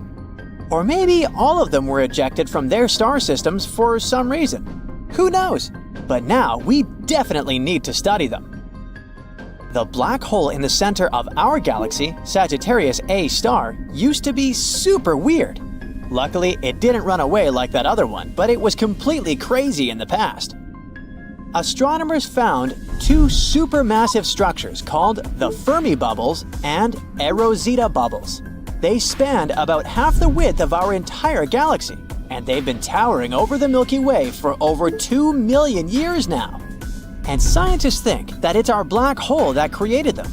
It seems like when it was at its peak activity, it had a wild, energetic eruption that lasted about 100,000 years. This event probably left these bubbles. In 2023, the James Webb Space Telescope took a striking, super detailed image of the so-called Herbig-Haro objects. These objects are called Herbig-Haro 46/47. They're basically young stars surrounded by beautiful patches of nebulosity. You can see the stars being surrounded by a disk of material that feeds them as they grow for millions of years. They're located at about 1,470 light-years away, but they're actually not our main topic of discussion. What's much more interesting is this weird thing right below them, a space structure that looks like a question mark. What is this thing? No one knows for sure. It has an orange-red color, which hints that it might be super distant, far from our galaxy, maybe even billions of light-years away. Some think that this strange question mark is probably the result of 2 or more galaxies merging together. One of them was a bit curved, so it's probably a distorted spiral galaxy. The curve might be the tails being stripped off as they spiral towards each other. The other one was rounder and smaller, like a regular spherical one. The gravity games never fail to amaze us. Astronomers started searching for extraterrestrial megastructures. They think that if there's another intelligent civilization out there, they could have built something incredibly huge to power their technology. For example, like Dyson spheres. Hypothetical structures around stars that use the star's energy as fuel. Astronomers analyzed some historical telescope data that detects infrared signals. They spotted some weird signals that could hint at the presence of these structures. In total, there are 7 such candidates right now. All of them are coming from red dwarf stars, which are redder, smaller, and less massive than the Sun. Another research institute found 53 potential candidates. They're still not sure what exactly causes these signals, but it could be not Dyson spheres, but some huge debris. It looks like there are some mysterious structures in the center of our galaxy. In 2023, the James Webb Space Telescope has taken a detailed picture of the Sagittarius C region. It's right near the center of the Milky Way. This image showed a dense area where stars are forming. There were many young stars and dark clouds that blocked the light from the stars behind them. That's a very packed place, with about 500,000 stars of different ages, sizes, and colors. This place is very chaotic and extreme. Now, scientists are using it to study star formation. But the weird part is that they noticed something else, the large region of ionized hydrogen. It looks like cyan in the image. This area is about 25 light-years long, surrounding the lower side of dense cloud. And it looks like there are some needle-like structures. They seem to be located randomly, and astronomers have no idea what they are. So now they have to study this in more detail. Astronomers have found a super rare, massive galaxy. It's called JWST 7329, and it's absolutely ancient. Our entire universe is about 13.8 billion years old, but the stars in this galaxy seem to have formed around 13 billion years ago, so just around 800 million years after the Big Bang. Also, this venerable elder has 4 times more mass in stars than our Milky Way does today. This strange discovery challenges what we know about galaxy formation and the nature of dark matter. Everything we know tells us that galaxies shouldn't have formed so early. There shouldn't have been enough dark matter for that, but here we are. So, perhaps our models need some revision. There was an incredible astronomical event called AT 2021 LWX, which is also called Scary Barbie. It was an unbelievably bright burst of energy that happened on April 13, 2021. It's one of the most energetic space events ever observed. No galaxies or quasars were nearby, so what in the world happened? At first, astronomers thought that it was caused by a supermassive black hole pulling in a massive star. But after some studying, they think it's probably because a giant black hole had some crazy dinner. It probably ate a large amount of gas, possibly a giant molecular cloud. The titanic black hole in question is between 100 million and 1 billion times the mass of the Sun. This is one of the most massive known and active black holes. Astronomers found the oldest strand of the cosmic web ever seen. The cosmic web is what we call a huge structure of the universe that's made of interconnected filaments of galaxies and dark matter. They're like a framework for galaxies and other structures, playing a crucial role in their formation. The filament we're talking about is made up of 10 closely packed galaxies. It's unimaginably huge, stretching over 3 million light-years. And it looks like the newly discovered strand is very ancient. It occurred only 830 million years after the Big Bang. It's probably anchored by a luminous quasar. This discovery makes us question how exactly galaxies are formed and what exactly happened to our universe after the Big Bang. Does the universe ring like a crystal glass? Maybe. But it doesn't mean that it literally rings and we just don't hear it. It just vibrates. Many of you know that the universe started with the Big Bang around 13.8 billion years ago. I wasn't around then, but we can assume. The whole enchilada was born from a super concentrated, hot, and dense tiny dot that contained everything. When it couldn't bear its pressure anymore, it made a huge blast and spewed around all the time, space, matter, and antimatter like a Pokeball. After being born, the universe moved at a breakneck speed. Imagine standing in the middle of nowhere, you blink, and suddenly you're surrounded by the universe. That's what it would feel like. It started growing and growing, and eventually, its speed got slowed down a bit by gravity. Gravity started pulling all the matter together, slowly helping new things like stars and galaxies to form. Okay, makes sense so far. The Big Bang gave the universe a big push, accelerating it. Logically, everything should eventually slow down and start moving at a constant speed, or even stop, right? Well, nope. In the late 90s, astronomers discovered something weird. They looked at some supernova around us, and for some reason, these supernovas were super far away, much farther than they were supposed to be. In other words, the expansion of the universe is not only continuing after all these years, but it's even accelerating. After years of study, they discovered the concept of dark energy, a mysterious force that makes up about 68% of the universe's total energy. This energy pushes it to expand even faster over time. And now, scientists have proposed a new discovery. Perhaps the universe's movements are a bit, well, wobbly.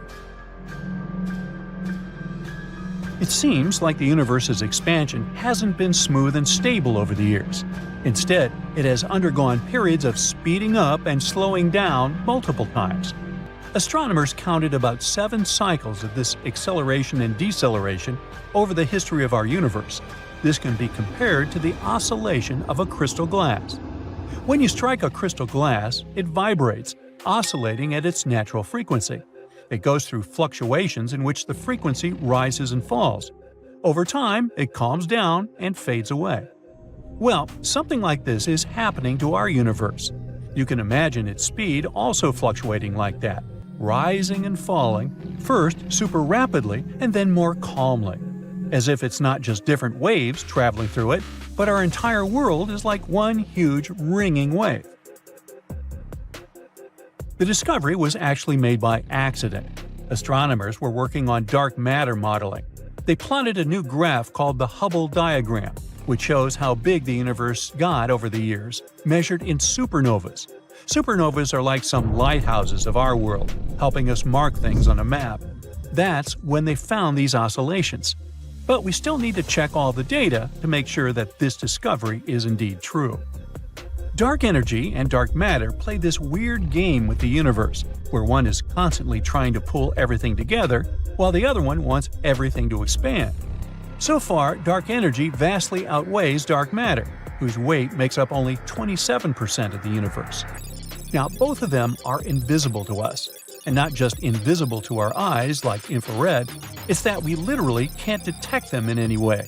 We can only assume that they exist based on how they influence gravity, changing entire galaxies, and all the large-scale structures of the universe. We basically made them up because it was the only way to explain how our world works. Dark energy is uniformly distributed across space and time, and we're still not sure what exactly it is. Some theories say that it could be a property of space itself, quantum fluctuations, or even a new type of field or particle. But all we have for now is an invisible energy that pushes the universe to move very fast. If one day we learn more about it, this will help us predict the entire fate of our world.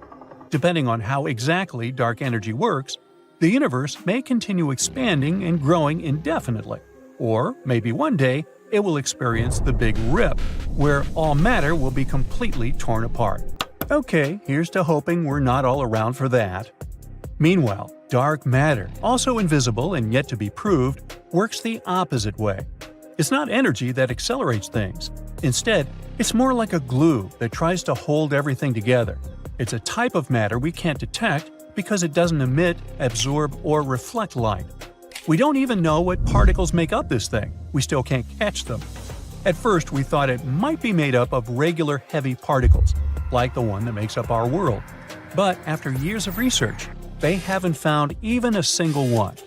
So now they think maybe it's actually made up of ultralight particles, millions of times lighter than anything we know, and because of that, we can't even notice them properly. So now, astronomers try to detect not the particles themselves, but waves that they could leave as they move through space. But we believe that it exists, because if it didn't, our galaxies wouldn't hold together. Dark matter helps them form, grow, and rotate. So, about 85% of our world is made of something unknown. All of this is incredibly mysterious and needs a lot of research. But that's what we know now. Maybe in the future, we'll discover something that will completely change our perception of the universe. That's what happened to Albert Einstein. In the early 20th century, most scientists, including Einstein, believed that the universe doesn't actually move. They thought it was static, neither expanding nor contracting. That's because, to us, it feels like it doesn't really move. Back then, scientists didn't have powerful computers or telescopes that could detect all the little changes in the positions of stars and supernovas. When Einstein developed his famous general theory of relativity in 1915, his equations actually suggested that the universe should either be expanding or contracting. This didn't really make sense to him. To fix this calculation flaw, he decided to introduce a new term, the cosmological constant.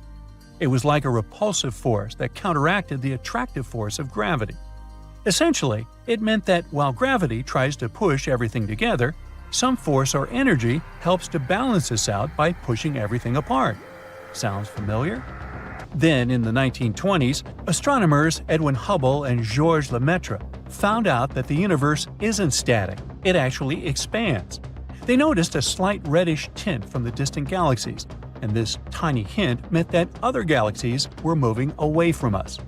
After that, Einstein scratched out the cosmological constant. Interesting how he was later ashamed of this assumption, calling it his greatest blunder. He didn't even know that he was 100 years ahead of his time, accidentally discovering dark energy. Now the cosmological constant is back again, just in a new form. Something similar happened with dark matter. Scientists have already started noticing that something doesn't add up back in the early 20th century. They saw that galaxy clusters didn't have enough visible mass to hold them together, which means there must be some unseen mass that helps to make up for it. And that's when it got its name, the dark matter. This stayed unresolved and unproven for many years. And then it was finally discovered by Vera Rubin when she was observing galaxies and their movement. She realized that outward parts of galaxies move almost as fast as their central parts.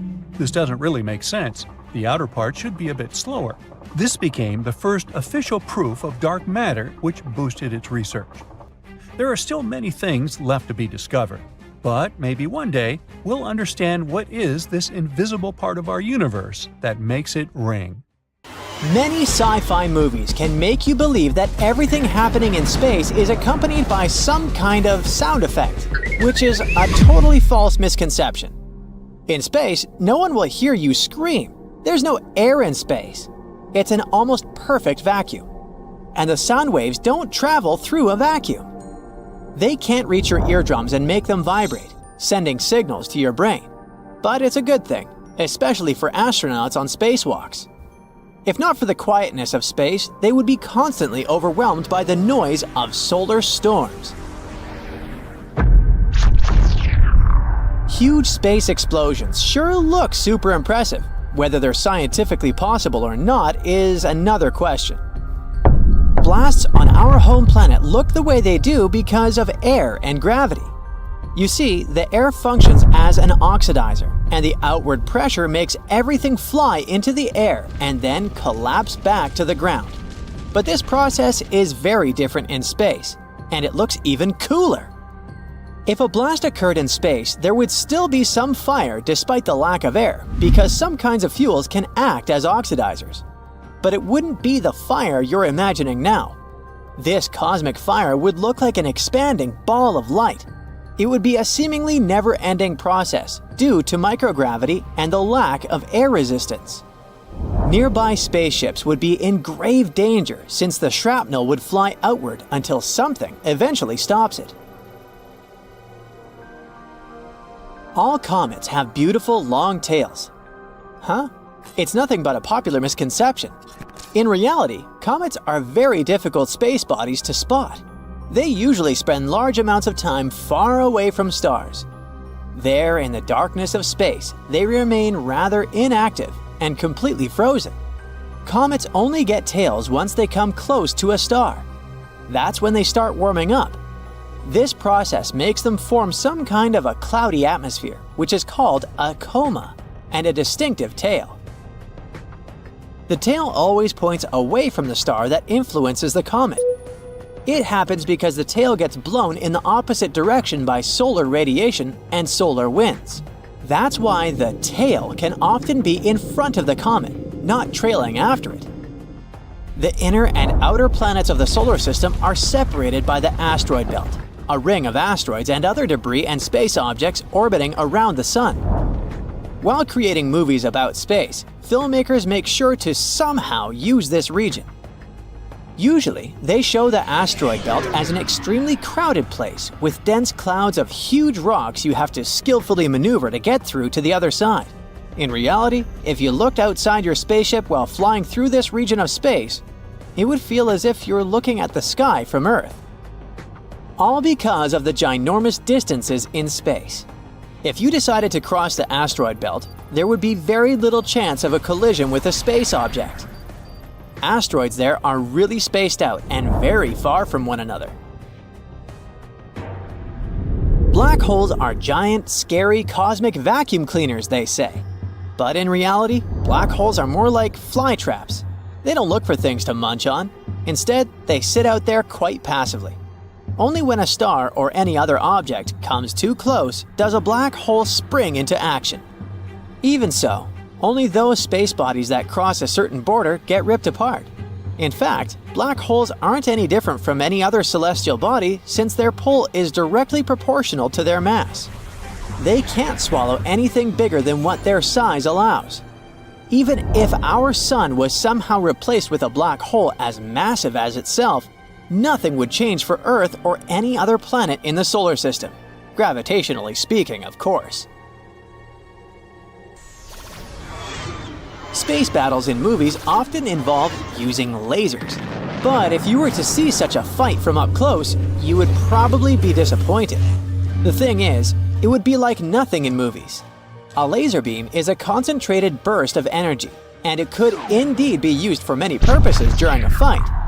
But a real-life laser beam would be totally invisible in space since there wouldn't be any particles around to scatter the light and make the beam bright red or green or any other color. A human would be torn into pieces if they got into open space without a spacesuit. Well, contrary to popular belief, taking off a spacesuit during a spacewalk wouldn't be as dramatic as it's often pictured in movies. A person would just lose consciousness due to a lack of oxygen after 15 seconds of being in outer space without protection. But that's if this person breathed out as much air as possible. Otherwise, this oxygen would damage their lungs from the inside, making them rupture. After that, without the protection of the spacesuit, the pressure inside their body would drop. This would cause even more serious trouble. And even though this person definitely wouldn't burst, they wouldn't want to stay outside for too long. People often believe that in space you experience zero gravity, hence the weightlessness astronauts feel on the International Space Station. But that's not exactly true. Gravity is one of the most important forces that exist in the universe. Thanks to it, the Moon orbits Earth and the Sun doesn't float away out of our home Milky Way galaxy. Astronauts on the ISS do experience the effects of gravity, but that's not full-fledged. It's microgravity. The gravity on the space station is only 10% weaker than the gravity on Earth's surface, but astronauts are constantly in freefall. The spacecraft, people inside, and all the objects aboard keep falling forward, not down, but around our planet, following a specific orbit.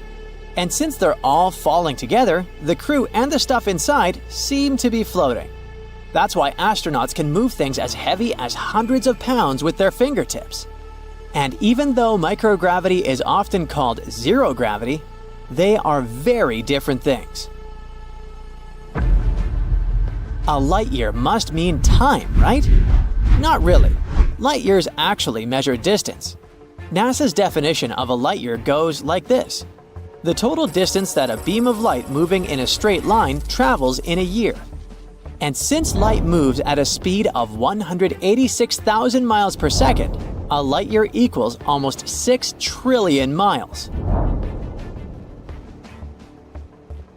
It may seem as if the sun is always on fire. At least that's what it looks like in pictures and in movies. But in reality, our star is a giant ball of gas. Nuclear reactions happening in its core at all times make the sun burn. Every second, hundreds of millions of tons of hydrogen are converted into almost as much helium. During this process, huge amounts of energy are released as gamma rays. Then these rays turn into light. In other words, the sun does emit blinding light and incredible heat, but it's not actually on fire, because no oxygen is involved in the process. The speed of light is believed to be the ultimate barrier for people when it comes to space travel, and it's often thought to be impassable. There are many theories about what it might be like to reach that speed, but none of the equations account for going above it. And still, we know that at least one thing in the universe is faster than the speed of light: the rate of its expansion. Yep, the universe is expanding faster than the speed of light, baffling astronomers and casual sky watchers alike. Or at least we can say so in terms of the speed of different objects, like faraway galaxies relative to each other. At the moment, it's not something scientists understand well. The rate of the expansion of the universe is proportional to how far something is, too. The farther it is from us, the faster it's moving away. But even though we don't get the mechanics of it yet, we've got our proof, even though it's theoretical so far, that some particles might be able to travel faster than the speed of light. Some scientists think there could be more things out there in space that could challenge this speed barrier. All we need to do is find them. So, dark matter is a mysterious substance that makes up about 85% of the total matter in the universe, yet we can't see it or touch it. The regular matter that we're used to forms stars, planets, and everything around us. But dark matter doesn't emit, absorb, or reflect light, which is why we can't even see it. We don't even know if it actually exists. The reason why we believe in dark matter is because it leaves gravitational effects on galaxies and other cosmic objects. For example, spiral galaxies spin in a way that doesn't match the law of physics we know. According to our current knowledge, the outer edges of these galaxies should slow down, but they don't. They either keep the same speed or even speed up. It also seems to be acting like an invisible glue that holds galaxies together. If dark matter didn't add some invisible gravitational mass, the galaxies would literally break apart, not being able to hold stars together. But even though it's fundamentally important for our world, we still don't know exactly what dark matter is made of. This has been going on for years. Some experiments saw hints of it, but no one's been able to prove it beyond a doubt. Maybe the future circular collider will be able to find it.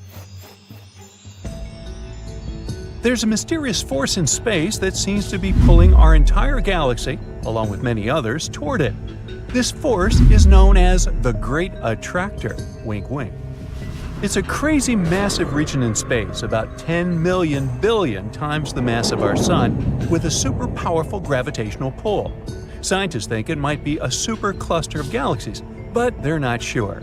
The problem is, we can't see it directly because it's hidden behind the Milky Way, while the Milky Way itself, horrifyingly, is moving toward it at a speed of about 370 miles per hour. Now, just like with dark matter, we only know it's there because of how it affects the movement of galaxies around it. These galaxies are being pulled toward this region, even though, since the universe is expanding, they should be moving away from each other. What's even weirder is that this great attractor might itself be moving towards something even bigger, the Shapley supercluster. It's the largest concentration of galaxies in our nearby universe. In 2017, astronomers discovered a strange object called Oumuamua. This was the first known visitor from another star system. The thing was quite small, from about 330 feet to about 0.6 miles long. It was also long and thin, had a reddish color, and moved in a very unusual way. As it passed by the Sun, it unexpectedly sped up and then left our solar system just like that. Tons of theories started sparking up. It was too weird looking for an asteroid. Scientists thought it might be a comet, but it didn't have the usual traits of one, like a tail of gas and dust. Eventually, some scientists even started to suggest the wildest theories, like it might be an extraterrestrial probe. People have been making a huge fuss about Oumuamua ever since. But after a while, it turned out it was just a natural object with unique properties. It was probably a fragment from a distant star system, like a piece of a disintegrated comet or even a chunk of a planet. But Oumuamua caught everyone's attention so much that in 2022, astronomers even proposed to send a spacecraft to catch up with it. This mission could take about 26 years. Hey, stay tuned. Now, as for extraterrestrial creatures, where is everyone? There's this thing called the rare Earth hypothesis that suggests that life as we know it is actually super rare in space. In the 70s and 80s, scientists argued that Earth is just an ordinary planet in an ordinary solar system. If we look at it this way, life should be widespread across the universe. It seems unreasonable to think that with trillions of planets out there will be no planet like ours anywhere. But then, a geologist, Peter Ward, argued that the development of complex life like ours depends on a very rare combination of things.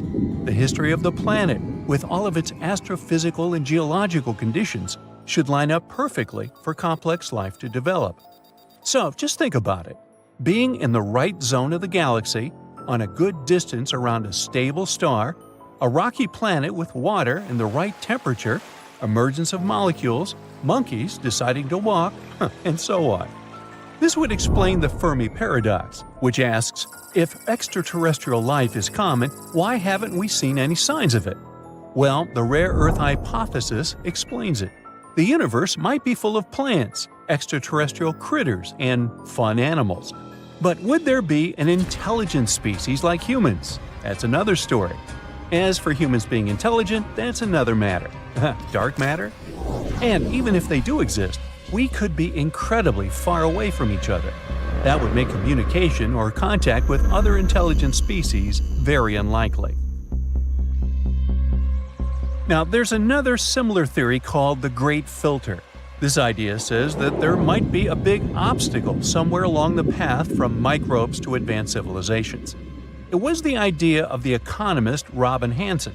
He also believed that maybe intelligent life, as we know it, isn't that common in the universe, although he assumed it's not because our planet was the result of tons of unique conditions, but because there must be some sort of filter that reduces the chance of life progressing to our point. Who knows where this filter is? It might be in the stage of early microbes, which means that we managed to get through it or somehow ahead in the future, which means we might go extinct like many other species before us. Well, maybe in the next stages, such as colonizing other planets and the galaxy, are much harder, if not impossible. Something unexpected might come up, potential catastrophes, resource exhaustion, or other challenges. Now, there's this thing called a pulsar. It's a weird type of star that sends out regular bursts of radio waves, like a flickering space lighthouse. You see, in space you often find a pulsar and a smaller companion star that rotates around it. But one day, scientists discovered this system, which was also surrounded by tons of some energetic material. They suddenly realized that these are probably the remains of another companion star, which was very big in size. But the pulsar was blasting out powerful radiation and particles, slowly consuming its companion. This is kind of like how a black widow spider eats its mate, hence the name. Since then, they've found other similar systems. They've grouped them all into one spider family.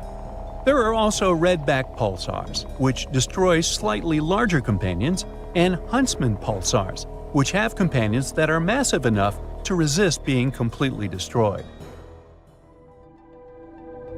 Even though so many safety measures are taken, space is still an unpredictable place where we don't have as much power as we'd like to. Back in 1973, during a spacewalk on the Skylab space station, 2 astronauts were in a very risky situation. They were out in space fixing things, but they didn't have the same handy jetpacks like astronauts do today. They could only rely on safety tethers.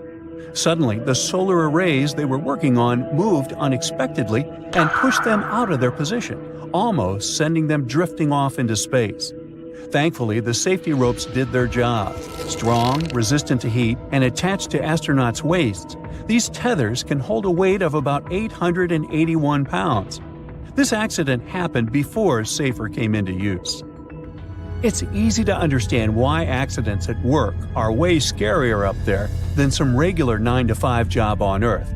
But that's why you have more training and special equipment to keep you safe. First, astronauts are always attached to the spacecraft with tethers, so they don't float away like a helium balloon. It may seem like a spacewalk is such a big deal that the ISS needs to stop when the astronauts are out there doing their thing, but it's not like that. If the ISS were ever to stop, it would fall straight down to our planet. So, once an astronaut is in a stable orbit, they stay in that orbit, unless some new force acts out. The first spacewalk wasn't as simple as those done later. It was performed in 1965, and it lasted 12 minutes. 2 men set out on a mission. One of them was supposed to float in space for a while taking pictures. But things went wrong. His spacesuit expanded too much, making it hard to move. He started to feel overheated, so he had to let some oxygen out of his suit, which was very risky. He could run out of air or get sick like a deep-sea diver. Getting back into the spacecraft was tough as well, but he somehow managed to do it. Then, more problems came. The spacecraft started spinning, oxygen levels rose dangerously, and there was a risk of an explosion. After a lot of struggle, they made it back to Earth, but landed in a random forest surrounded by wolves and bears during a snowstorm. It took a rescue party to find them. Not a very encouraging story to listen to while you're waiting to go out. But cheer up, things have improved since then.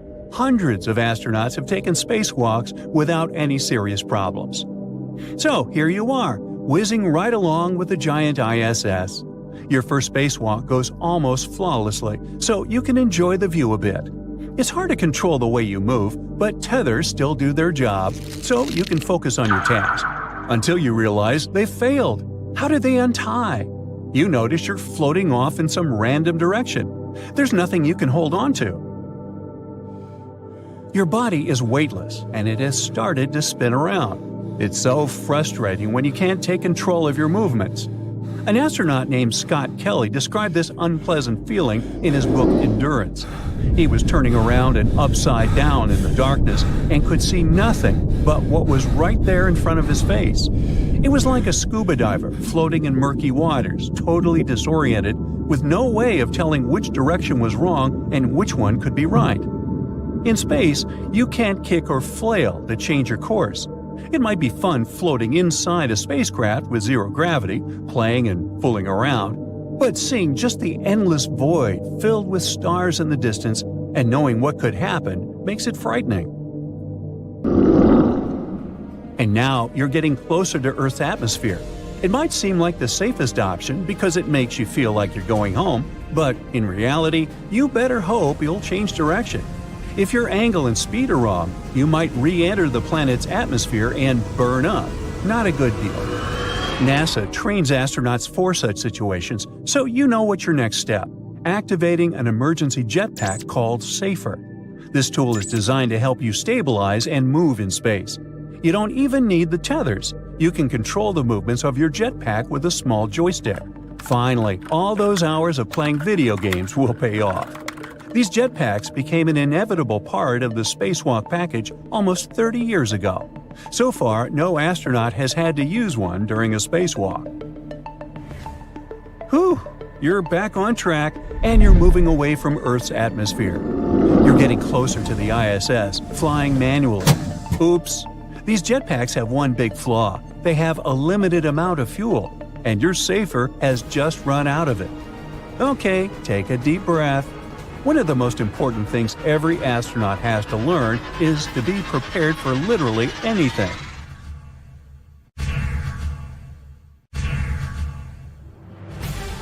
This strange radio signal wasn't found by a scientist on a serious mission. It was actually discovered by a college student just doing a regular project for school. Tyrone O'Doherty, an undergrad student at Curtin University in Australia, was sifting through old data of the southern sky. He was looking for any weird blinking radio signals. He finally stumbled upon one from 2018 that seemed to shoot radio waves towards Earth like a lighthouse beam. Excited about his find, Tyrone shared it with his mentor, radio astronomer Natasha Hurley-Walker. She dove into researching this signal, hoping for a breakthrough. But despite checking different frequency data, they hit a dead end. But then, Natasha spotted a pattern. The signal repeated every 18 minutes. This was huge. But just as they were gearing up to study it further, poof! The signal vanished after only 3 months, leaving them with nothing. Not giving up, Natasha and her team scanned the skies again, desperate for a clue. Months passed, but nothing turned up. They were ready to give up, and then suddenly, a new signal popped up. This one kept blinking for 5 minutes, then it disappeared. And then it came back exactly 22 minutes later. The main question was if that signal was related to an 18-minute one. To figure it out, Natasha went back to the old radio data from that area. As they dug deeper, they realized that, yes, and these signals aren't anything new. They'd been beaming towards Earth for 35 years. Back in 1988, Indian and American telescopes had caught them, but they got buried under tons of other data. This was great news for space explorers because it meant they could now calculate how far away this mysterious object was. After doing the math, they figured out it was incredibly far, even on a space scale, 15,000 light-years from Earth. Now, the only thing left to uncover was what exactly this object was. Walker and his team started comparing it to all the known radio-emitting objects out there. Yet its source remains a mystery. The signals still pop up every 22 minutes on NASA screens, always ending with a frustrating match not found message. The scientists called it J183910. Some think that the signal might come from some extraterrestrial beings. Maybe it's the signal that SETI, the search for extraterrestrial intelligence, has been waiting for. This project has been working for over 50 years, trying to find any evidence of life beyond Earth. They also scan the skies for radio waves, laser pulses, and other mysterious signals. So maybe it's a way for extraterrestrial folk to communicate their location. Over billions of years, the surface of the Moon has been hit by asteroids and comets, causing bits and pieces to constantly break off from the impacts. Because of this, all the surface material is pretty loosely packed. So when there are quakes, slopes in the same area can become susceptible to landslides or new faults opening up. Future settlements located too close to these unstable slopes could put everyone living inside these lunar bases at risk. Moon dust adds another layer of complexity because without erosion or water to smooth it out, it can harden to the point of being as tough as glass. If we really want to understand how dangerous moonquakes might be for people living and working on the Moon in the future, space agencies still need to map out and get new seismic data, and not just from the South Pole, but from the entire satellite. In 2025, the Farside Seismic Sweep Mission, or FSS, plans to deploy two of the most high-precision seismometers ever built to the Schrödinger crater, which is located on the dark side of the Moon. Finding out what's happening on the ground there is crucial for understanding the complex lunar structure and its internal dynamics. Scientists are still trying to figure out whether the lack of recorded seismic activity on the far side of the Moon is due to current instruments not being capable of detecting it, or if it's due to some kind of interference from melted material in the mantle. Once they have this answer, it will be easier to fully understand the phenomenon of shallow moonquakes and assess their implications for future neighborhoods on our natural satellite. Now, you may have heard that Earth is also shrinking, but it's a different process. Basically, the Moon is getting smaller, mainly because its core is cooling down naturally. The Earth's core is cooling too, but our planet got its crust with tectonic plates, unlike the Moon, which only has one plate. So the energy from Earth's core shifts those plates around or comes through volcanic eruptions. Earth is actually losing mass overall due to atmospheric loss. Our planet loses about 100 million pounds of mass per year, mostly from a leaky atmosphere. Earth's gravity isn't strong enough to retain the lightest particles, like hydrogen and helium, which escape into space. But don't worry, these numbers aren't cause for alarm, considering that our planet's atmosphere weighs about 5 quadrillion tons, a number I can't even imagine. So, in other words, it would take many, many, many times the current age of the universe for it to completely evaporate. We found a water cloud in space around a black hole. It's a gigantic water reservoir that's located about 12 billion light-years away from Earth. This must be the largest and farthest water reservoir ever detected in the universe. This one cloud contains an astonishing 140 trillion times more water than all of Earth's oceans combined. That's wet. The water surrounds a quasar, which is basically an incredibly energetic supermassive black hole. This quasar is about 20 billion times larger than the Sun and emits as much energy as 1,000 trillion suns. You do the math. As the black hole slowly consumes everything around it, it releases energy. This energy heats the surrounding gases and dust, causing the formation of water vapor. As a result, the black hole is surrounded by a huge water cloud and all the other gases and dust bath around it. This pair formed when the universe was only 1.6 billion years old, just a fraction of its current age. That means that the water isn't young at all and has been existing in galaxies for billions of years now. This quasar will only keep getting scarier and bigger. If it eats up all this gas and dust around, it could grow up to 6 times its current size, potentially becoming 120 billion times larger than the Sun. Think about that.